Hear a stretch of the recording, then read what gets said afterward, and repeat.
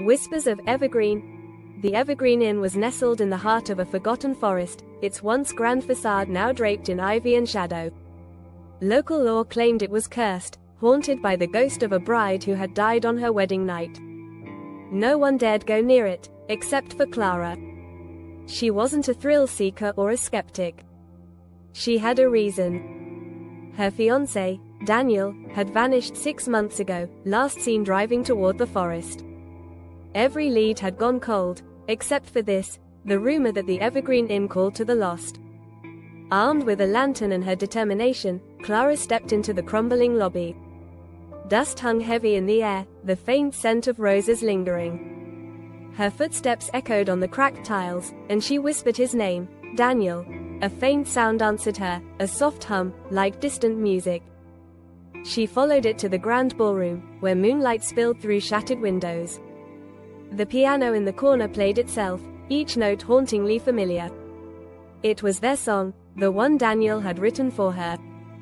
Daniel, she cried, her voice trembling. The music stopped abruptly. The air grew colder. A figure emerged from the shadows, a man in a dark suit, his face hidden beneath the brim of a hat. "You shouldn't have come," he said softly. Clara stepped closer, her heart pounding. "Do you know where he is? Please, I need to find him." The man didn't reply. Instead, he gestured to the center of the room. There, on the dusty floor, was a single white rose. Clara picked it up, its petals unnaturally cold.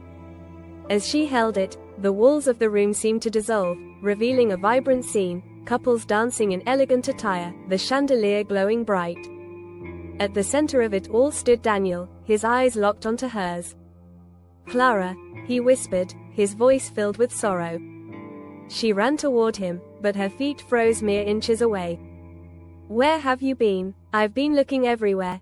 "I'm sorry," he said, his voice breaking. "I didn't want you to see me like this." "What are you talking about?" she asked, tears streaming down her face. Daniel reached for her hand, but when their fingers touched, she gasped. His hand was cold, translucent. "You're not real," she whispered. "I am," he said. "But I'm not alive." He told her of the storm that had forced him off the road that night, of how he'd sought shelter in the Evergreen Inn, only to find himself trapped in its cursed grasp. "The inn doesn't let go, Clara. Not unless someone takes my place." She shook her head, clutching the rose. "No, there has to be another way." Daniel smiled sadly. "You've always been stubborn, but the longer you stay, the harder it'll be to leave. Go now, before it's too late." The vision began to waver, the warm glow fading back into the cold, empty ballroom. But Clara refused to move. "If you're trapped, then I'll stay. We promised, Daniel, together, always." He looked at her, pain and love etched into his spectral face. "You can't. I won't let you." The air grew thick as the shadows of the inn closed in, swirling around Clara. She felt their pull, icy and relentless, but she stood firm. Suddenly, Daniel screamed, his form flickering like a dying flame. "Run, Clara, please." And then, with a final burst of strength, he shattered the shadows, sending her stumbling out of the inn. When she woke, she was lying on the forest floor, the ruins of the Evergreen Inn crumbling behind her. In her hand was the white rose, its petals still impossibly cold.